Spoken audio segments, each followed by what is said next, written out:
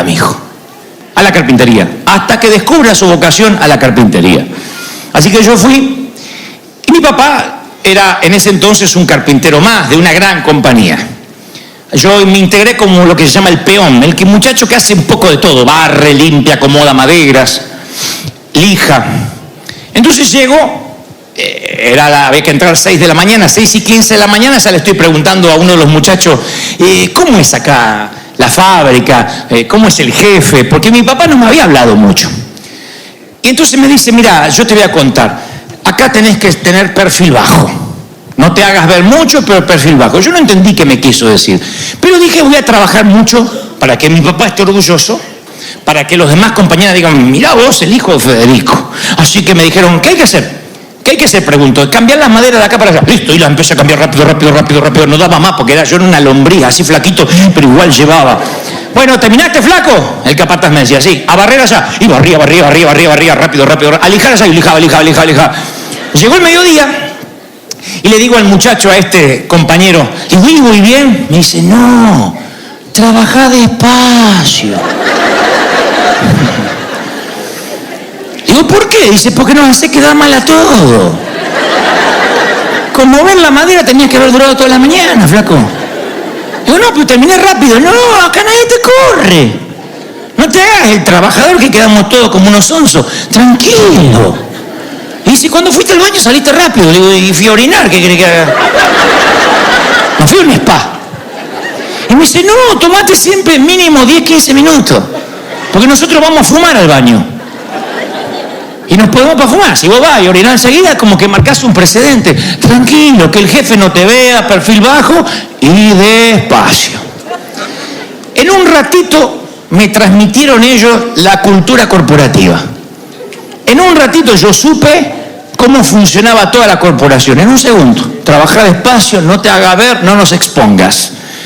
Fue la primera vez que yo me toparía con lo que es la transferencia de espíritus. Cuando se transmite una cultura, ¿no? Esto pasa en un hogar, en una casa, en una fábrica, en una iglesia. Van a ver ustedes, capaz que no es la tuya, espero que no, pero hay casas que no tienen orden. No hay horario para comer. Tienen un montón de hijos y cada uno come a deshora, uno abre la nevera cuando tiene hambre, nadie se sienta a la mesa a la misma hora. Aunque estén en tiempo escolar, año lectivo, y mañana hay que madrugar, hay nenes, he estado en casas así. Hay casas que son desorden, hay iglesias que son así también. Tú llegas a una iglesia donde los niños retosan, corren, uno llora, el otro juega la... Yo estaba en una iglesia donde pasan perros. Pero no iglesias pobres allá, no, pasa el perro, ladra y se va. Y la gente come algo por encima, no escucha al perro, no se da cuenta. Los nenes corren, otro grita, otro retosa, otro le suena el celular. Es difícil que llegues a una iglesia así y digas, no, yo me voy a comportar. Uno tiende, acuérdense de aquel mensaje que dice, la estupidez se pega. Lo dijo Salomón, el que anda con necio se transforma en necio. Entonces, cuando uno llega a lugares donde la cultura se te transmite, como a mí en la carpintería, uno aprende lo que es la transmisión de espíritu. Entonces la cultura se transmite. Y este es el punto, a donde de a poco vamos a llegar a lo que Dios me dijo que te dijera. La palabra relata en Jueces que el pueblo sirvió mientras que vivió Josué, Jueces 2:7. Mientras que vivió Josué y los ancianos, el pueblo sirvió, porque ese pueblo había visto todas las grandes obras que había hecho Dios. Pero se levantó una nueva generación, los hijos, que no conocían, oigan, lo que Dios había hecho por sus padres. Yo le digo esto otra vez, digo, no, tiene que haber un error del escriba. Surgió una generación que no sabía del Señor, ni nada de lo que el Señor había hecho por sus padres. Abandonaron al Dios de sus padres, que los sacó de Egipto. Siguieron dioses de los pueblos que los rodeaban, provocando la ira del Señor. Vamos a hacer un test en vivo. Si surge una generación de hijos que no saben lo que Dios hizo con sus padres, adivinen quién tuvo la culpa en esa ecuación. ¿Quién? Y claro, el legado de los... Se ve que nunca los padres le quisieron hacer la vida fácil a los hijos y nunca le hablaron de lo que Dios hizo por esos. Los padres los metieron a sus hijos en una cajita de cristal para que no sufran lo que yo tuve que pasar, y jamás le habló de providencia divina. Es lo que nos puede pasar a nosotros. Si no le hablamos a nuestros hijos sobre lo que significa diezmar cuando es chiquito, vas a la escuela dominical, toma, llévate $1, te regalaron un gift card de 5, tenés que diezmar. 50 centavos al Señor. Si no le damos ese legado, ¿qué va a pasar? El legado que van a tener es la miserabilidad. Y la miserabilidad es un legado que se va pasando de generación en generación. Y tú dices, yo jamás le dije a mi hijo que sea miserable, pero nos observan, nos miran, nos ven, cómo damos, cómo sembramos. Son los testigos, los mudos testigos, los testigos silenciosos que lo observan todo y algún día van a reproducir esa vida, ese legado. Entonces en un momento uno tiene que cortar, porque esto no es, la raíz de la miserabilidad no es falta de dinero, es una raíz espiritual. Uno puede tener más dinero y seguir siendo miserable. Tiene que ver con un cambio en nuestra mente, en nuestra manera de pensar. No, yo estoy para dar. Dios no me puso para pedir prestado, sino para dar, para bendecir. He aquí te pondré por cabeza y no por cola. Darás y no pedirás. Alguien tiene que recibir la bendición de Deuteronomio, ¿sí o no? Lo hemos dicho en las cadenas. Por eso el Señor, cuando ve que una generación entera desconoce al Dios de los padres, Dios le dice en Deuteronomio a Moisés, grábate, a Josué, grábate en el corazón estas palabras, incúlcaselas a tus hijos, háblales de ellas cuando estés en tu casa, cuando vayas por el camino, cuando te acuestes, cuando te levantes, átalas a tu mano como un signo. Dios le dice, imparte, la bendición viene por impartición, no es por el empoderamiento de que te imponen las manos, imparte ejemplo. Cuando uno imparte ejemplo, los hijos repiten el patrón. Repiten porque dicen, wow, yo vi a mi papá, yo sé lo que es mi papá y mi mamá congregándose todos los días. No cambiaban la iglesia por un cumpleaños. Cuando tus hijos ven que cambia la iglesia por un cumpleaños, no estás en pecado. Pero tus hijos van a repetir el patrón. Va a volar una mosca y ya no se congrega. Juega México, ya no se congrega. Juega El Salvador, Dios mediante y la Santísima Biblia, ya no se congrega. Entonces esta palabra va para esos papis que intentan educar a la siguiente generación y se encuentran con una cultura diferente a la que han crecido. Porque es muy posible que tú digas, bueno, pero yo tengo valores, pero mi hijo no los quiere escuchar. No, me choco con las rocas de la realidad que no puedo traspasar ese legado. Y eso es un problema, es difícil traspasar un legado. No hablo de herencia, de legado. Es difícil. Yo hace unos días escribí en la red social algo que miré en un video que alguien me mandó y lo puse en palabras y puse algo como que los que estamos entre la generación de los 40, los 50 y un poco más, nos estamos yendo todos los días. Y preguntaba quién nos va a sustituir porque yo decía, a pesar de que a muchos no les gustó, que somos la última generación que aprendió a respetar a sus padres, a sus abuelos, a los mayores, que no hablaba por encima de los mayores. Nosotros no podíamos decir mamá, mientras estaban hablando, porque salía, así como venía mamá, salía sin dientes otra vez. Somos la generación del por favor y el gracias. Si no te lo enseñaron de chico, difícilmente que de grande, a menos que el Espíritu Santo haga una obra, el por favor y el gracias parte de la cultura, no lo es. Sea que le corresponda darte el que te lo esté dando, el por favor y el gracias nos hace personas más grandes, no nos hace personas pequeñas. ¿Y cómo lo aprendí? Una sola vez. Había una tía Sara, traía unas tortas, unos pasteles de zanahoria, cosas raras. Entonces mamá decía, ¿qué se le dice a la tía? Yo tenía ganas de decirle que la encierre, no la dejen acercarse en la cocina. ¿Qué se le dice a la tía? Y un día estaba loco y no le dije nada. Decí gracias. Y entonces siento que me voló así, porque el viejo tenía mano pesada, eran los dedos así el de piedra de los Cuatro Fantásticos. Nunca me pegó de lleno con la mano, si no yo no estoy acá, me hubiese enterrado. Aprendí. Entonces yo decía, somos la generación del gracias, del por favor, y cada vez somos menos. No digo que aprendan de nosotros, pero que aprendan con nosotros. Porque muchos somos de una generación con padres que a lo mejor ni terminaron la primaria, pero nos enseñaban valores, educación. Somos, creo, la última generación elegante, donde nos decían para ir a buscar trabajo, vístase lindo, perfúmese, aunque sea ropita vieja, pero que esté limpia. Así nos mandaban al colegio, impecable. Yo parecía un gato de rico. Nos enseñaron que para buscar trabajo había que dar la cara. Yo a veces me encuentro con gente a las 11 de la mañana y le digo, ¿y no estabas buscando trabajo? Y sí, ya busqué. Mandé currículum por internet tempranito. Estoy esperando que me llamen. Nosotros éramos la generación que cuando jugábamos nos embarrábamos nosotros, nos lastimábamos las rodillas nosotros, las espinas se nos clavaban a nosotros, los perros nos corrían a nosotros, no al jueguito. Y yo escribía eso en internet y decía, somos la generación que fuimos y seremos una generación extraordinaria como quizás jamás se vuelva a ver.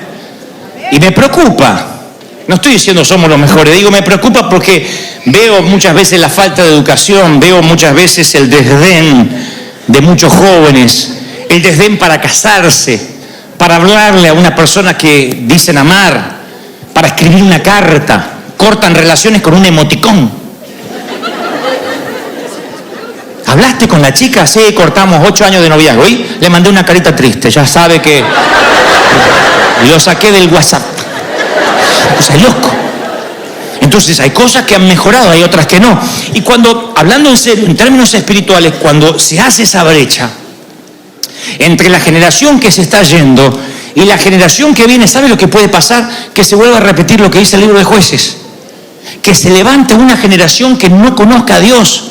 Y esto no tiene que ver con edad, tiene que ver con un modelo de liderazgo, con una manera de liderar. Por eso es importante el relevo, porque si uno no releva y lo hace de la manera en que Dios quiere que lo hagamos, la generación que viene se va a perder. Porque nos estamos yendo todo el mundo, no solo los de 50, los de 30 se están yendo. ¿Y qué legado estamos dejando a nuestros hijos?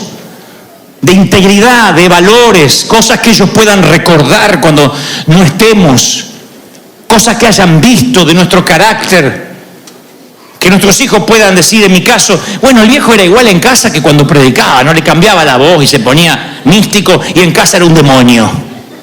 Porque por mucho que yo pueda predicar acá, si yo soy un fraude, mis hijos son los primeros que me van a delatar. Tus hijos.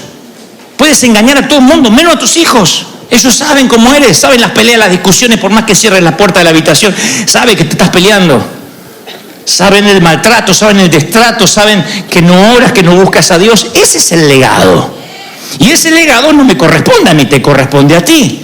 Si se levanta una generación que no conoce al Dios que tienes hoy, la culpa no va a ser mía, va a ser tuya. Y mía en mi casa. Entonces, hay algo que conecta lo que Dios está haciendo contigo con la otra generación. Se llama la generación del medio, la generación X, y ya estaba en la Biblia.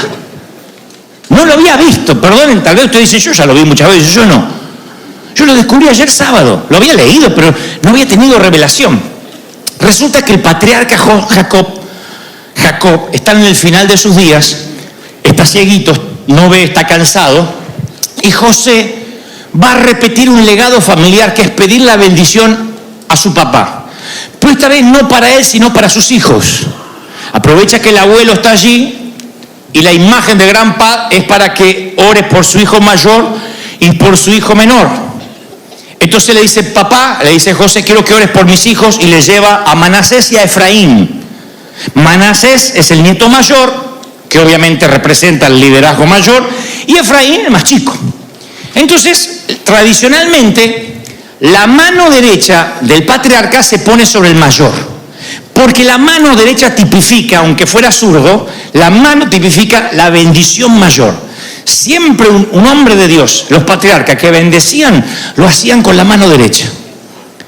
Y la mano izquierda sobre el nieto menor, sobre Manasés y Efraín. Entonces, Efraín era el más joven. Tradicionalmente, Efraín iba a recibir la mano izquierda. Tradicionalmente, Manasés iba a recibir la mano derecha. Entonces la palabra dice, está la historia en Génesis 48, 17, que viene Jacob, le viene José, le pone los hijos delante, le dice, papá, porque el papá estaba ciego, está Manasés a tu mano derecha y está Efraín a tu mano izquierda. ¿Sabe qué hace el abuelo? Ahora se lo leo. Cruza la mano en X. Le pone la mano izquierda al mayor y la mano derecha al menor. Y José se molestó cuando vio que su padre cruzó las manos y se la levantó para sacarla de la cabeza de Efraín y ponerla en la cabeza de Manasés y viceversa. El viejo lo que hizo es esto. Entonces dice, no, papá, ¿para qué haces eso si el de la derecha es el mayor y el de la izquierda es el menor? Y le aclara al padre, no.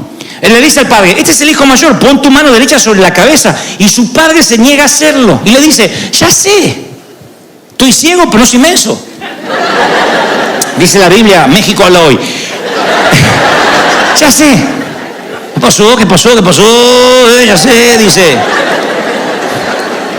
Y le aclara, Manasés va a ser un gran pueblo, pero el hermano menor va a ser aún más grande y de su descendencia saldrá una multitud de naciones. Ese día nace la generación X, donde la generación que viene tiene mayor bendición que la generación que se va, donde los menores reciben la mano derecha y los mayores la mano izquierda, donde de pronto hay un cruce, una transición. Yo no lo había visto. Ahora, ¿qué es una generación X? Se le llama la generación X a aquella que no es ni la última ni la que se está yendo, la que conecta. Los técnicos tratan de captar esa generación del medio, que somos nosotros. Nosotros digo lo de mi edad, más o menos. Yo soy un tipo tradicional. Nací en una banca de una iglesia y crecí con una tradición, me abrí paso en el mundo de los predicadores con una tradición fuerte. Pero entendí que si quiero llegar a nuestros hijos, a nuestros jóvenes, tenemos que conectar de alguna manera, tenemos que lograr pasar un legado que no es querer preservar el fuerte. Esta es la doctrina y no tiene que cambiar. No cambiemos el himno viejo porque este es el himno. Esas son las boberías que hacen que perdamos una generación. No se trata de defender la música, defender el campanario, defender la torre. Se trata de saber que estamos perdiendo una generación a menos que la conectemos y pongamos esta mano sobre aquel y esta mano sobre el otro y digamos, yo voy a dejar un legado. ¿Lo estás creyendo, sí o no? Ahora, siempre se dice, ok, esto es una carrera de relevos. ¿Saben lo que es la carrera de relevo? Cuando nos vamos pasando la tea, la antorcha. Yo lo hice en el high school. Corrí la carrera de TEA. Todavía me están esperando, nunca llegué, pero porque me desmayé a las 10 cuadras, pero lo agarré. Supe lo que tenía la antorcha. Y yo pensaba que usamos esa homología. Hay que pasar el batón, hay que pasar la antorcha, la TEA. Pero no entendemos bien cómo funcionan algunas cosas. Primero, el corredor receptor siempre tiene que estar corriendo antes de la entrega. El que va a recibir, el profesor de educación física me decía, Gabriel, empieza a correr. No podías recibirlo en el descanso. No estaba, vale. Uno tenía que correr así, te lo daban y corrías. Uno ya tenía que venir corriendo. Por eso nosotros ahora tenemos los niños en la escuela dominical. Esto no es un daycare. Los estamos instruyendo cuando son niños para que cuando sean grandes ya tengan una carrera y no se olviden del Señor que aprendieron de chiquitos. Ya están corriendo. Por eso nuestros jóvenes están involucrados.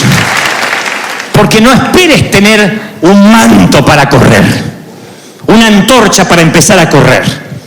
Tú tienes que empezar a correr. Yo me acuerdo que yo servía en la iglesia en lo que podía hacer. Decía, ¿qué puedo hacer? Cargo instrumento, limpio, lustro la guitarra. Yo no esperé que viniera una unción de Elías, que una antorcha se posara en mi mano. Yo empecé a correr. Así que esta palabra va para los que dicen, yo no sé cuál es mi llamado. Hasta tanto se te encienda tu zarza que la mañana te hace corriendo. Haz algo, sirve, sé útil, trata de estar corriendo porque en cualquier momento viene una antorcha con mayor unción sobre tu mano. ¿Sí o no? Así que nunca se entrega un batón o una antorcha en una zona de descanso. Hay que estar preparado para correr sin nada en la mano. Hay que correr como si uno ya lo tuviera. Eso es determinante, empezar a correr. Segundo, y hagan memoria si alguna vez han corrido, el corredor receptor, el que recibe, no mira atrás. No puede estar diciendo así, no puede estar así. Tú pones la mano así, así. Estás corriendo así, corres el último tramo, así, y te lo ponen en tu mano. O sea que la responsabilidad de pasar la antorcha está en la generación que lo tiene que poner, en lo que tenemos que dar. Es nuestra responsabilidad como padre. No podemos esperar que nuestro hijo lo agarre el Señor, lo traiga ungido a casa y de rodillas nos diga, papi, predícame. No va a pasar. La responsabilidad es nuestra. Nuestros hijos no se van a llenar de Dios por una plática que tengamos cortita mientras que los llevamos al colegio. Porque los dejemos acá arriba durante un par de horas los domingos. Es la responsabilidad de dejar una antorcha en su mano, nos corresponde a nosotros. De decir, una vez a la semana tenemos que tener un devocional en casa. 10 minutitos, no hay que hacer un estudio bíblico de las bestias del Apocalipsis. 10 minutitos. Te corresponde a ti asegurarte que lo que hay hoy en tu mano le va a llegar a tus hijos y no le corresponde a ellos esa responsabilidad. Me corresponde a mí como padre espiritual poner una antorcha en tu mano. Me corresponde a mí educar, hacer docencia. Me corresponde a mí predicar. Porque el relevo no se hace de un día para otro, es machacar, es enseñar, que la gente digiera. Es asimilación, no consumo. Tienes que asimilarlo. Ah, por eso hay que diezmar. Ah, por eso hay que llegar temprano. Uy, por eso existimos como iglesia. Cuando lo asimilas, no te mueves más. 5 segundos de cielos abiertos a Saulo le bastaron para no enfriarse nunca más. Nunca más van a ver que Pablo se enfriaba, es que me tocó prisión, es que me tocó persecución. Nunca. Una vez que ves la gloria de Dios y asimilas lo que Cristo hizo por ti, te mantiene firme sobre la roca y no te mueve más. ¿Lo estás recibiendo, sí o no? Y tercero, el que entrega la antorcha, lo entrega con una mano y el que la recibe lo hace con otra, por lo general. Casi siempre es un cruce de manos. Hay que estar consciente que la generación que viene no va a hacer las cosas como las estamos haciendo nosotros, es distinto, es diferente. Tenemos que asimilarlo porque si no nos volvemos retrógrados, nos volvemos intransigentes, pacatos, defendiendo a veces un fuerte, es que esta es la manera. No, hay otras formas, hay otras maneras. Mis hijos tendrán que enfrentar otros gigantes, pero ya no enfrentarán el gigante de tenemos un Dios malo, malhumorado que nos va a fulminar, porque papá no les dejó ese legado. Yo les hablo del Dios de la gracia, del Dios del perdón. Mis hijos grandes me escuchan predicar cada domingo, Dios te ama, ¿cómo no te va a amar? Así que mis hijos pueden dudar de cualquier cosa, menos que Dios los ama. Ese legado me aseguré que lo tengan en el corazón. Dios los ama. Sabiendo eso, no se van a apartar del camino del Señor. Never. Ahora, esa transición cuesta y sí, va a costar. No es de un día para otro. Esa transición se logra con transparencia, hablando con tus hijos y diciéndole, mira, no tenemos para pagar ahora, estamos pasando un mal momento, pues no perdamos el gozo. Si les muestras a tus hijos la fortaleza, los logros y las victorias, también tienes que mostrarle tus momentos débiles y cómo palias con ellos, cómo lidias con ellos. Yo digo siempre, yo nunca me presento como un superhéroe, siempre me presento mostrando las debilidades, diciendo a mí también me cuesta, yo soy el mismo que ustedes o peor. Y eso no creo que socava la autoridad. Todo lo contrario, la autenticidad es lo que uno quiere, lo que subyuga. No hay nada mejor que la autenticidad. Y creo que necesitamos transparencia para que la nueva generación vea cómo hemos luchado, cómo hemos salido adelante. Cuando no hay transparencia se levanta una generación que no conoce al Dios de los padres. Hay que contarle a nuestros hijos cómo hiciste. Órame otra vez, decían las.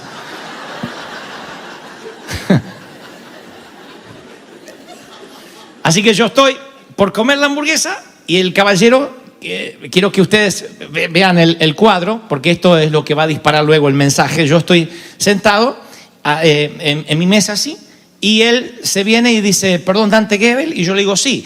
Y he aprendido que siempre uno tiene que hacer la intención como que se va a poner de pie. Si es una dama, me paro. Si es un caballero, le digo, no esperas que me pare porque voy a comer. Pero sí hago este gesto. Y entonces me dice, qué bueno, sabe que yo tengo un testimonio. Dice, pero coma. Bueno.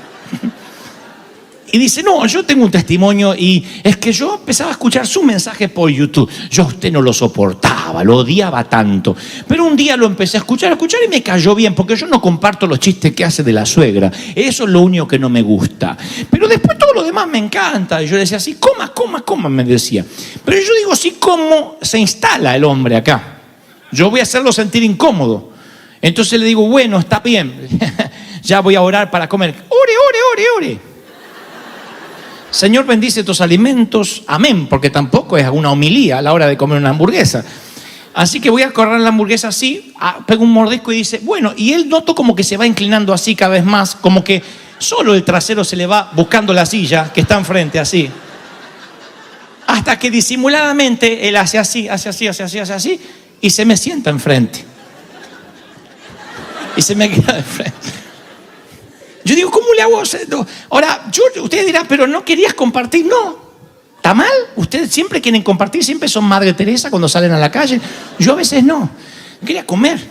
Entonces se me instala y yo le digo, mire, bueno, un gusto conocerlo, para mí también. Y tengo otra cosa más, coma. Viene el mesero y dice, ¿se va a servir algo? ¿Qué hay en el menú? Dice el hombre. Ese día yo descubrí dos cosas, a saber, la primera, tú tienes que empezar a decirle a la gente lo que quieres y lo que no quieres. Yo tenía que haberle dicho, mire, no se moleste, no lo tome a mal, pero me gusta tener este tiempo para almorzar solo, estoy en conexión y voy a aprovechar el tiempo para, no sé, revisar los mensajes en la computadora o lo que sea. De hecho, desde ese día siempre abro la computadora así o busco un periódico y aunque esté al revés el periódico o en francés, lo leo. Y lo segundo, no existe mesa para uno, siempre hay mesa para dos. No existe la mesa más pequeña donde nadie se pueda sentar. Siempre una mesa, por más pequeña que sea, o la mayoría de las veces, creo que en el 99% de los restaurantes siempre son mesa para dos. Y si dejas una silla vacía, alguien se te va a sentar. Esa es la lección que yo aprendí aquel día. El Salmo 23 dice, en una de las versiones que más usada o que más conocemos, aderezas mesas delante de mí en presencia de mis angustiadores. Dios dice, voy a hacer que tengamos una mesa de dos, el rey y tú, pero en presencia de intrusos. ¿Por qué el Señor haría énfasis en que los enemigos, en que los intrusos van a estar alrededor? Es interesante que Dios no nos promete presionar el botón de expulsar a nuestros enemigos. Sería tan fácil para él decir, tendremos un lugar privado, como esos restaurantes finos donde puedes detrás de la pared o detrás del biombo tener un sitio a solas. El Señor dice, no estaremos a sola. Es una mesa para dos, pero será en presencia de los enemigos. Es un asiento para ti y un asiento para el Dios que está a tu favor. Y tú dices, ¿no sería preferible, insisto, que vayamos a un lugar más privado? El Señor dice, no, porque mientras que estés de paso por esta tierra, nunca estarás en un lugar tan privado de modo que no tengas enemigos, que no tengas desafíos, que no tengas problemas, que no tengas el bullicio alrededor. Y tú dices, ¿y entonces cómo hago para tener intimidad con el Señor? Bueno, si tú vas a una cena romántica y estás con el amor de tu vida, yo estoy seguro que todo alrededor se transforma en cámara lenta. Todo alrededor es como que viniera alguien surrealistamente y le bajara el sonido a todo lo que ocurre alrededor. Haz memoria. Posiblemente estés casado hace muchos años y escuches lo que hablan en la otra mesa, menos a tu esposo. Pero si haces memoria de cuando se conocieron, lo más probable es que solo oías su voz. Y él te decía, osito de peluche. Y tú le decías, osito panda. Y mientras que se decían eso, el camarero decía, ¿se van a servir algo? Y se iba, porque tú no oías más nada. O sea, no significaba que estaban en una isla desierta, en un penthouse o en un sitio privado del restaurante. A lo mejor estaban en un McDonald's. A lo mejor estaban en un sitio de comida rápida. Pero la conexión visual era tan profunda. La conexión almática era tan profunda que puedes estar rodeado de una multitud, pero solo ves, sientes y oyes a esa persona. Eso es lo que Dios quiere que tú hagas. Él te dice, voy a poner mi mesa en medio de tus enemigos. Un montón de gente, de otras mesas que podrías elegir, de otros ruidos que podrías oír. Tú te vas a concentrar en mí. Tendremos una velada romántica, tú y yo, a pesar de lo que ocurre alrededor. Dios siempre nos da a elegir. Eso es lo que hace magnífico a Dios. Él no nos obliga a amarnos. Él nos dice, me tienes que adorar o te voy a fulminar. Puedes dejar de adorarlo, puedes dejar de servirlo mañana. No te caerá un rayo. Si vienes de una iglesia donde un pastor dice, si tú te apartas de Dios, el enemigo vendrá sobre ti. No, a veces no, simplemente te apartas de Dios y Dios te sigue amando. Claro, paga las consecuencias de vivir alejado del Señor. Pero no es una cuestión de que el Señor enviará su castigo, porque Él es un Padre amoroso. Tú quieres que tus hijos te saluden por el día del padre o la madre, que te abracen por el cumpleaños, que te den las buenas noches y los buenos días por amor, no porque le vas a romper la cabeza si no me saludas. Ese es nuestro Dios. Él dice, yo voy a aderezar mesa en presencia de tus enemigos, en medio de tus desafíos. Yo no voy a hacer que el resto desaparezca. Tú harás que el resto del mundo no tenga sentido. Tú te sentarás a la mesa, en la mesa para dos, y harás de cuenta que no hay nadie alrededor. Pedro describe a Satanás como un enemigo que ronda como león rugiente, buscando a quien devorar. Pero observen que en realidad no dice que sea un león. Él dice que anda como un león, solo ruge como los leones para intimidarte, pero no lo es. La única vez que el Señor habla de que alguien es un león, habla de Él mismo. Dice, Jesús es el león de Judá. Su rugido gobierna las naciones. Ahora Satanás, que es un imitador, un timador, él anda como si fuese un león, ruge. Si tú le crees que es un león a ese gatito, entonces le tendrás temor. Él aprendió el rugido, nada más que lo aprendió a rugir. Pero no es un león y anda alrededor. ¿Alrededor de qué? Alrededor de tu mesa. Tú te sientas a la mesa con Dios y el enemigo anda alrededor. Son esos ruidos molestos, esa contaminación auditiva que está a tu alrededor. Pero este es el punto del meollo, lo medular del mensaje. ¿Qué pasa si, como yo en Dallas, te sientas en una mesa para dos y enfrente no invitas a Dios? O en su defecto, Dios te invita a la mesa y tú no te sientas. No creo que tenga riesgo que Dios tenga una silla vacía enfrente, pero sí creo que tengamos mucho riesgo si nosotros tenemos una silla vacía enfrente. Porque yo me senté con una silla vacía enfrente y almorcé y le pagué el almuerzo a quien todavía no recuerdo su nombre. Eso me enseñó que si hay una silla vacía enfrente, un intruso se te sentará. Y si Pedro dice que el diablo anda como león rugiente, no creerás lo rápido que es para sentarse a tu mesa. No creerás lo rápido que es para hacer así y como el muchacho, ¡pum!, a poner el trasero sobre la silla de enfrente y decir, come, come, come. La rapidez que el enemigo puede arrimar una silla a la mesa que Jesús ha preparado para ti es asombrosa. Y en menos de lo que te imagines estarás almorzando o cenando con un matón. Almorzando o cenando con Satanás. Porque alguien siempre está sentado a tu mesa, porque la reserva en esta vida siempre, siempre, forever es para dos. Aunque tú digas yo soy solitario, siempre es para dos. Recuerden que la Biblia no tiene términos medios. No hay grises. La Biblia es blanco o negro. ¿Estás lleno o estás vacío? Tú podrías estar cenando y almorzando con Satanás todos los días de tu vida. Simplemente porque Dios no se sentó allí, porque no lo invitaste, te distrajiste, y cuando hay una silla vacía, el enemigo que menciona Pedro, que anda como león rugiente, se sienta como ángel de luz y como un intruso y te dice, come, come, come. Y también se pide su orden de camarones y tú pagarás la cuenta. Siempre tú pagas la cuenta. Yo no recuerdo el nombre del intruso que se me sentó. Era un caballero muy gentil, por cierto. Pero no pude decir, me voy. Bueno, gracias, se me va el avión. Estaba sentado con una hamburguesa enfrente. Y no había pagado la cuenta, claro. Y cuando él pide su orden, menos me podía ir. Estaba obligado a tener una plática. ¿Cuál fue el error ahí? haber dejado una silla vacía enfrente. Tenía que haberme sentado mirando a la pared si quería estar solo, o haber hecho que corrieran la silla. Llévesela, por favor. Aunque dudo que este muchacho hubiese dicho, ¿le molesta que traiga una silla? Y se hubiese venido. Pero cuando tú dejas una silla abierta, en términos espirituales, una silla desocupada en una mesa para dos es una invitación al enemigo.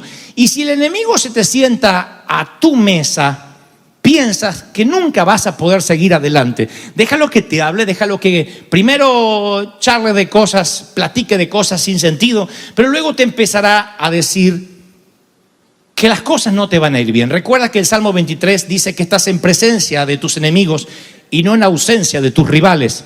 Así que el diablo va a hacer que la cabeza te dé vuelta y recordarás una y otra vez que estás rodeado. Por eso él te dice, vas a fracasar, las cosas no van a terminar bien para ti, estás arruinado, nunca vas a regresar, nunca vas a ganar esta pelea, nunca vas a ser libre, date por vencido, estás acabado. Y él sabe por qué grietas meterse. Si él ve tu baja estima, por allí entrará. Y te dirá cosas como, lo que pasa es que no tuviste una buena crianza. Como te criaron tus padres, agradece que eres normal. A todo lo que te faltó, gracias a Dios que no eres delincuente. Y en esa iglesia no te comprenden. Yo creo que no vas a poder ser nunca el hombre que quisiste ser. ¿Te parece, Sata?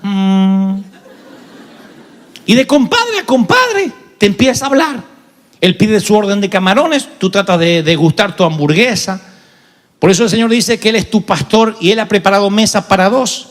Y tú tienes que permitir, apenas te sientes en la mesa, dejar que el pastor te hable, que las palabras de Dios te penetren. No le des al diablo un asiento a tu mesa. Si el enemigo se sienta a tu mesa, te va a decir que nunca saldrás adelante. Si el enemigo se sienta a tu mesa, te pasará también algo muy particular. Te va a hacer creer que siempre la mejor comida está en la otra mesa.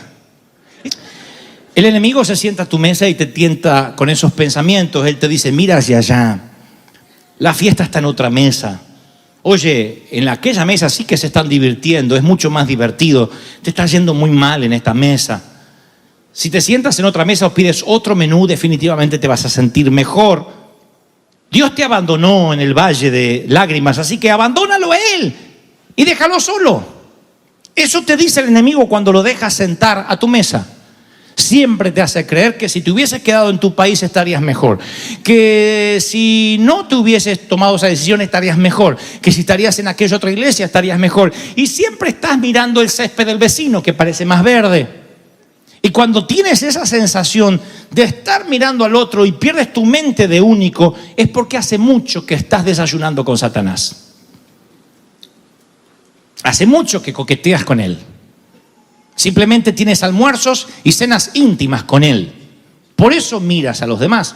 Tienes que notar en tu corazón cuando las cosas van mal, cuando es que estás desayunando con la persona incorrecta, y es cuando, por ejemplo, todo lo criticas. Cuando ves que todo empieza a tener mal gusto, mal olor, sin sabor, que toda la gente cada vez está peor, adivina quién se está pudriendo. Adivina quién tiene olor a pútrido. El que tiene olor a pata nunca se entera. Y tú dices, no, los demás lo tienen. No, tú estás sentándote con el enemigo. El enemigo se te sienta enfrente y te dice, es que esta iglesia no te merece. Este pastor no te merece. El mundo no te merece. Tú deberías ser arrebatado en un carro de fuego. ¿Cuánto hace? Eres un ángel encarnado. Dios te arrancó las dos alitas como un pollo y te mandó a la tierra a subsistir con los demás mortales. Y cuando tú dices, sí, la verdad, yo no sé por qué veo tanta maldad en el mundo, es porque estás sentándote hace tiempo con el enemigo. Él te dirá algo como, tú no mereces estar en la mesa con Dios. ¿Sabes por qué yo estoy sentado contigo? Porque Dios no se vino a sentar aquí. Y tú empiezas a olvidar la promesa del Salmo 23, que esa mesa fue preparada por Él, por Dios.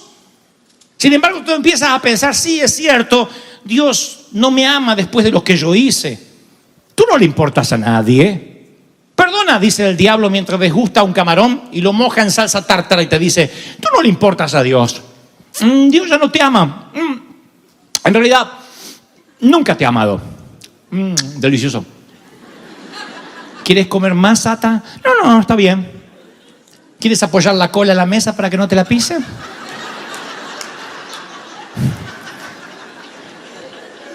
Satanás te dice, tú estás demasiado alejado de Dios. Mira, te diré cómo funciona esto, dice Satanás, sentado en una mesa. Mira, nada personal, pero yo he estado con Dios. Recuerda que yo dirigía su coro en los cielos. Dios, sí, es un Dios de amor, pero no te alejes demasiado, ¿sabes? Tiene como cierto límite el Señor. Tú puedes pecar una vez, 2, 3. Cuando ya no sientes culpa, mi amigo, tienes una mente cauterizada y Él ya te entregó a Satanás, o sea, a mí. Por eso estoy contigo. ¿Ves? Él no te ama. Yo no me molestaría en orar. Tú sabes que Satanás a veces no tiene ganas de orar, no sé qué me pasa. No te escucha. Eres un monologuista, hablas y hablas y hablas, no te das cuenta que ya no te quiere contestar, no hasta que te limpies. Tú dices algo como, bueno, pero nuestro pastor dice que aunque uno esté sucio debe acercarse a la mesa. Sí, claro que sí. En una iglesia libertina como esa, en una iglesia donde dejan entrar a cualquiera, en una iglesia de verdadera santidad, tú no podrías ni siquiera sentarte con Dios, sino ¿dónde está Dios ahora? Y tú empiezas a olvidar que Dios no está sentado a la mesa, primero porque tú dejaste la silla vacía y en segundo lugar, porque el enemigo está diciéndote tú no vales para Dios. Ahora, cuando el Salmo 23 dice que Él prepara mesa para ti delante de tus rivales, Él está usando una palabra que es banquete. Por eso les leí al principio una de las versiones que dice, dispones ante mí un banquete en presencia de mis enemigos. En el tiempo que la Biblia fue escrita o que este episodio fue plasmado en las Escrituras, en el Medio Oriente, solo gente prominente, solo gente importante podía darse el lujo de organizar un banquete. Y Dios escribe esta palabra precisamente para que sepas que Él te considera importante y por eso te hace un banquete. Él pone el mantel de lujo, o sea, todo lo que necesites para vivir espiritual, mental y emocionalmente sano, y te invita a cenar con Él. Te invita porque le importas, te invita porque no eres invisible, te invita porque has sido visto por el Dios del universo, y si has pensado diferente, no estás sentado con quien deberías estar sentado. Cada vez que mi estima se daña, yo tengo que revisar quién está frente a mi mesa, con quién estoy dialogando. Y es tan fácil dialogar con Satanás, porque siempre está alrededor, como león rugiente, pero a veces el condenado se queda callado, para que tú lo invites. Y entonces cuando las cosas te empiezan a ir mal, tú empiezas a tener autoconmiseración, autolástima de ti mismo. Mira lo que me hicieron todas las noches.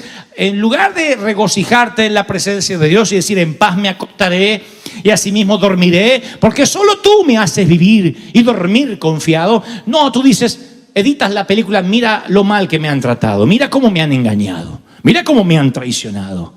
Y editas las peores partes de tu vida, la peor versión de ti mismo. Cuando tú ves de ti mismo la peor versión, es que el enemigo se sentó a tu mesa hace años y platica, y platica, y platica, y es una gotera, tanto va el cántaro al agua hasta que se rompe.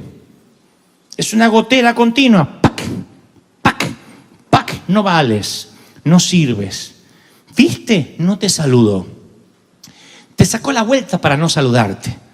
Te vio, con el reojo así del ojo te vio, pero siguió de largo, porque te odia, porque te detesta.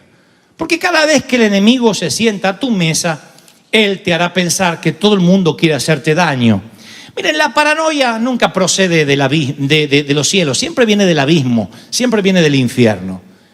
Y si el enemigo últimamente te ha dicho cosas como no les cae bien a nadie, todo el mundo está en tu contra, todo el mundo habla a ti a tus espaldas, están conspirando para eliminarte, cuídate la espalda. Cuando el enemigo te dice eso, tú tienes que saber que esas pláticas no vienen del pastor de pastores, no vienen de el rey que preparó la mesa para ti, sino de un enemigo que se sentó ahí. Mi padre siempre decía en la mesa, en mi mesa no quiero discusiones. Era el ratito que comíamos donde no podíamos sacar temas álgidos, no podíamos hablar de malas notas. A mí me fascinaba esos momentos de la mesa, porque mamá decía, ¿cómo te fue en el examen? A comer, ma. No podía hablarse de crisis, no podía hablarse de problemas, no podía hablarse de que se tapó el baño, no podíamos hablar de que tuvo problemas en el trabajo. Era un momento coloquial, en silencio, o mirando televisión, todo el mundo. En blanco y negro, por supuesto. Pero no podíamos tener problemas en la mesa. En la mesa no se discute, decía el viejo. En la mesa no quiero problemas. Y eran 15, 20 minutos donde no podíamos hablar ningún tema que nos hiciera caer mal la digestión o que nos hiciera caer mal la comida. ¿Has estado en una cena o en un almuerzo donde te cayó como una bomba por los comentarios que hacía un comensal que estaba sentado a tu mesa? Hagan memoria, le voy a dar tiempo para que hagan memoria. En una Navidad, en un cumpleaños, alguien que se sienta y dice, ¿cómo estás? Bien. Ay, ¿estás comiendo mucho? ¿No estás más gordita? Cuando Dios te dice que adereza mesa delante de ti, prepara un banquete para ti, en presencia de tus enemigos, de tus desafíos, de tus problemas, tú tienes que discernir quién está sentado a tu mesa cuando durante la cena o el almuerzo no te dices, no escuchas cosas negativas. Esto en términos metafóricos es, si subes al automóvil y lo primero que piensas es que todo el mundo está contra ti, que todo el mundo te odia, que todo el mundo te hace mal, es porque te estás sentando con alguien que te está haciendo que la digestión te caiga mal. Sin embargo, cada vez que te sientas con Dios, Él va a subir, va a alentar tu estima. Ese es Dios. Yo sé que es un buen mensaje, no cuando me pasan la manito y me dicen que soy bueno, sino cuando Dios me dice, cambia, transfórmate, te exhorto, pero te amo, Dante. Cuando siento el te amo, Dante, me siento digno de estar sentado a la mesa, aunque sea el hijo pródigo, aunque huela todavía a puercos. Me siento digno de estar allí. Dios siempre me ha hecho sentir digno. Ahora, en términos humanos, yo no podría estar sirviéndole. Yo no soy quien, no califico para que Dios me llame. Sin embargo, Él me hace sentir cómodo. Es una sensación que yo no tuve en mis primeros años de legalismo en la iglesia. Cada domingo yo sentía una sensación de incomodidad, una angustia. ¿Saben por qué yo no podía oír los mensajes de mi pastor? Porque se me cerraba el estómago de la culpa. Porque me decían que yo era un pecador y que Dios me odiaba y que no sé si me iba a ir al cielo. Dios me había borrado muchas veces del libro de la vida y ya no tenía ganas de escribirme más. Entonces decía, pase al altar, y a mí se me cerraba el estómago. No tenía ganas de comer y muchas veces me iba a casa pensando si había hablado Dios o había hablado el diablo. Si me había sentado a desayunar con Dios o a almorzar con Dios o había almorzado con el enemigo. Más de una vez me lo cuestioné, porque todas cosas negativas venían a mi mente y me arrastraban la culpa durante la semana. Eso es lo que trato que no te pase. No estamos en una iglesia libertina, en una iglesia donde no nos importe la integridad ni tu vida. Lo que trato es que ninguno se sienta sucio, lo suficientemente falto de higiene espiritual para no tener derecho a la mesa. Recuerden que le preguntan al Señor, Señor, ¿cómo debemos orar? Y el Señor da un orden con 6 temas que no deberían faltar en ninguna oración. Y el orden está arbitrariamente elegido por Dios. Él dice, oraréis así: Padre nuestro que estás en los cielos, el pan nuestro de cada día, dánoslo hoy. Y perdona nuestras deudas, como perdonamos nuestros deudores. ¿Qué hace la religión o la tradición? Dice, no, creo que el Señor no tenía un buen día cuando dio ese orden en la oración. Tú primero tienes que pedir perdón, arreglar tus deudas y después comer. Padre nuestro que estás en los cielos, perdona nuestras deudas como perdonamos a nuestros deudores. Y el pan nuestro de cada día danos hoy. Ese debería ser el orden, dice la tradición. Pero yo vuelvo a leer las Escrituras y el Señor dice, no, ese no es el orden. Te sientas a la mesa porque eres mi hijo, con deuda, sin deuda, pecador, sucio, maloliente, como sea. Vamos a dar gracias por el pan y arreglamos las deudas. Pero te sientas.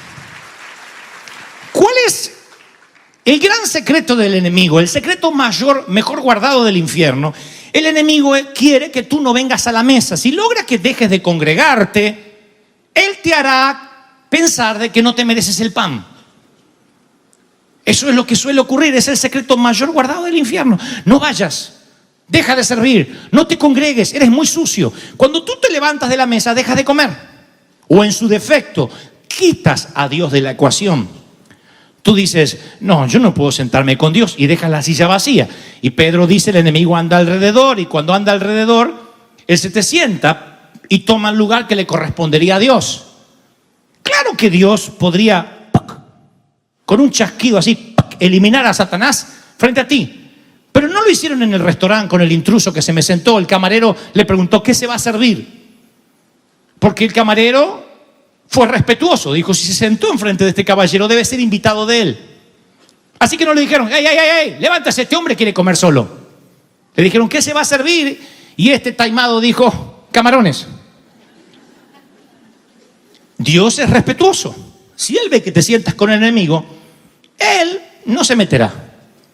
Él no eliminará a tus enemigos. Él dijo, tienes que saber que comeremos juntos en presencia de los enemigos. Solamente que no lo invites a tu mesa. No lo tienes que invitar a tu mesa. Pero el enemigo hará que tú te sientas indigno del pan. Por eso insisto, el pan nuestro de cada día, dánoslos hoy. Noten que nunca está en debate el tema del pan. Nunca se pone en tela de juicio si vas a comer o no vas a comer el pan. Nunca te dice, no, haces las cosas mal y lo primero que te quito es el pan. Nunca. Y hagan memoria, por favor, de los países donde hayan venido, con padres fríos, abandónicos, buenos, malos, padres a los que quisieras honrar y a los que no hubieses querido honrar nunca. No todos están orgullosos de la cantera de la que fueron cortados, pero hagan memoria. Creo que ninguno de aquí puede decirme, lo primero que me quitaba mi mamá era la comida de la boca. Siempre comía más. Siempre. Es más, los recuerdos que yo tengo de mi madre es decir, no tengo hambre hoy, coman ustedes. Para después enterarme de que si ella comía, no comíamos nosotros. Muchas veces, literalmente, yo vi cómo ellos se quitaban el pan de la boca. Y seguro si haces memoria, recordarás que eso hacían tus padres. Quedaba una sola porción allí en el medio y el nene dice, ¿vas a comer, pa? No, yo ya me llené. Nunca recuerdo que mi padre dijera, no, es mío. Y tú aguanta porque eres hijo. Y eso hacemos nosotros hasta el día de hoy y no porque nos falte la comida. Si vemos que quedó una sola porción de pizza y nuestro niño la quiere comer, decimos, adelante, cómela, yo ya estoy hecho. Ese es Dios. Ese es el que nos hace sentir bien. Vas a comer del pan hasta el último día que estés aquí porque yo soy fiel hasta la muerte. Pero en la mesa puedes arreglar tus deudas. Puedes hablar de lo que hiciste. Vamos, te ayudaré a que perdones a tus deudores y también arreglaremos lo que tú has hecho. Pero siéntate a la mesa, no pierdas ese derecho. Entender esto me ha hecho vivir la vida cristiana mucho más libre. Me ha hecho viajar mucho más livianos. Entendí que hay muchos pensamientos que no vienen del Señor, que muchas veces yo he dicho cosas que el diablo me susurró por sentarse a mi mesa y fueron profecías que se cumplieron por sí mismas, no porque provenían de Dios, sino porque provenían del poder de mis palabras. Cuidado, no es tan básico como si es de Dios se cumple la profecía y si es del diablo no se cumple. Se cumple aunque sean tuyas las profecías. Si las dices creyéndolas con el corazón. Me voy a enfermar, yo sé que me voy a enfermar, yo sé que voy a tener lo mismo que mi papá. Ya, esa profecía se te va a cumplir. Lo que temes te sobrevendrá. Y cuando lo dices con el corazón, con la boca, creyéndolo con el corazón, es una profecía que se cumple sola. Entonces el enemigo se te sienta a tu mesa y te va inculcando a tu subconsciente profecías para que tú proclames. Para que tú digas, no voy a salir adelante, no me da la cabeza, no voy a terminar mis estudios. Y si lo dices creyéndola con el corazón, tus palabras tienen poder. Y aunque luego te pongas a orar, Señor, ayúdame, Señor, a terminar mis estudios, ya proclamaste una profecía que no puede ser revocada a menos que te arrepientas. Y como el enemigo sabe el poder de tus palabras, no las de él. Él podría decirte una y otra vez, no eres salvo, no eres salvo, no eres salvo, no eres salvo. Él es padre de mentira, eso no cambiará tu salvación. Pero prueba con decir, no soy salvo, no soy salvo, no soy salvo, y verás que no eres salvo. Porque lo primero que perderás es el gozo de la salvación. Y cuando pierdes el gozo de lo que estás haciendo, mi querido, lo has perdido todo. El diablo no puede robarte la familia, pero puede robarte el gozo de tu familia. No puede robarte la salvación, pero puede robarte el gozo de la salvación. Él no puede robarte el servir a Dios, pero puede robarte el gozo de servir a Dios. Y entonces vienes a la iglesia a buscar errores, a criticar lo que hace el otro. Y lo dices, y lo proclamas, y lo proclamas, y lo proclamas, y lo proclamas. Y tienes un horripilante olor a pata que todo el mundo siente, menos tú. Yo he hablado con gente intentando de que reaccione, de que ellos están mal. Y me dicen, no, el mundo está mal. Pero digo, ¿no te das cuenta que tienes problemas con todos? ¿Que nadie te cae bien? No, es que aquí hay un grupete de gente que es terrible. Habría que ponerlo en una cápsula, en un cohete y enviarlo a vivir a la luna, a ver si allá puede convivir con alguien. Porque aquí todo le huele mal. ¿Por qué todo le huele mal? Porque se sienta con Satanás. Porque habla con él, porque lo escucha y proclama profecías negativas. Y esas profecías se cumplen solas. La gente que siente que el mundo está contra ellos dice, yo voy a atacarlos antes de que el mundo acabe conmigo, y con los puños cerrados, con ojos de sospecha, comienza a vengarse del mundo. La presencia de Dios es mayor que la presencia de cualquier enemigo que nos rodee. Dios cuida nuestras espaldas. Si tienes lucha sobre lo que dicen de ti o sobre personas que no conoces, si estás luchando porque dices, yo siento que todo mundo está atentando contra mí, que hay gente que no me quiere. Si estás luchando con eso hace tiempo, entonces, por última vez, deberás decirle al que está a tu lado, no dejes que el enemigo se siente a tu mesa. Por favor, no dejes que el enemigo se siente a tu mesa. Échalo. No pierdas tiempo. ¿Saben? Si ustedes quieren un código de vida, si nosotros, me incluyo, queremos un código de vida, un código de ética, que es lo que los creyentes siempre preguntamos, ¿qué puedo hacer? ¿Qué no puedo hacer? ¿Esto es pecado? ¿Esto no es pecado? Tienen que volver a los evangelios. Lean a Jesús. Yo sé que las palabras de Moisés son increíbles, que tal lo que dijo Abraham o lo que escribe Pablo, pero en nada se compara con lo dicho de Jesús, sencillo, simple, pragmático, ecuánime. Ahora la invitación sigue abierta. Yo digo de parte del Señor que tienes una invitación abierta, que Él ha preparado un banquete en presencia de tus enemigos. Así que ustedes quiero que se imaginen mucho barullo, mucho ruido, mucho gente, esos restaurantes donde todo el mundo, generalmente en los veranos, esos restaurantes cerca de la playa donde todo el mundo come, se le cae, hay chicos corriendo, y ahí en el medio de todo eso, una mesa para dos. Dios dice, vamos a procurar la intimidad en medio del gentío. Tú dices, no me voy a poder concentrar. El Señor dice, mírame a los ojos.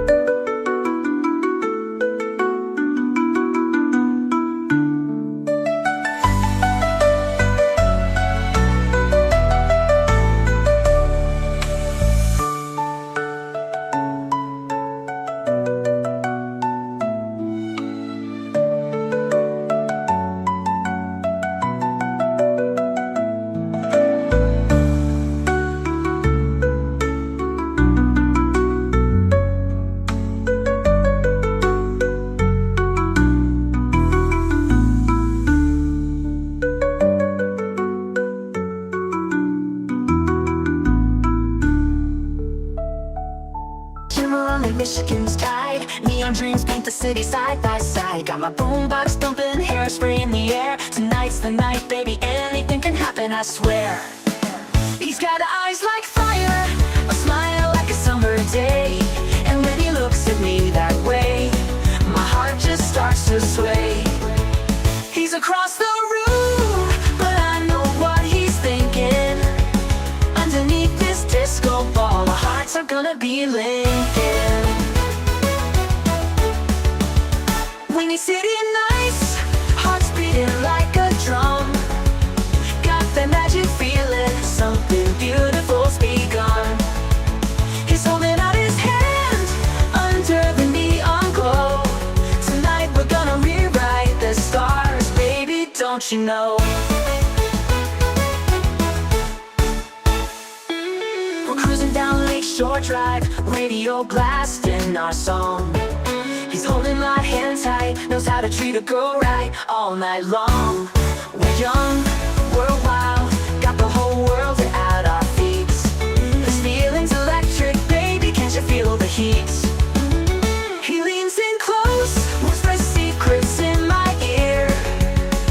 The city fades away, all I hear is him right here. Fireworks in my soul, this moment's meant to be. Underneath the Chicago moon, he's everything to me. He's got eyes like fire, a smile like a summer day. And when he looks at me that way, my heart just starts to sway. He's across the room, but I know what he's thinking.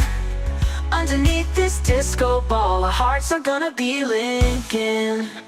When he's sitting nice, hearts beating like a drum. Got that magic feeling, something beautiful's begun. He's holding out his hand under the neon glow.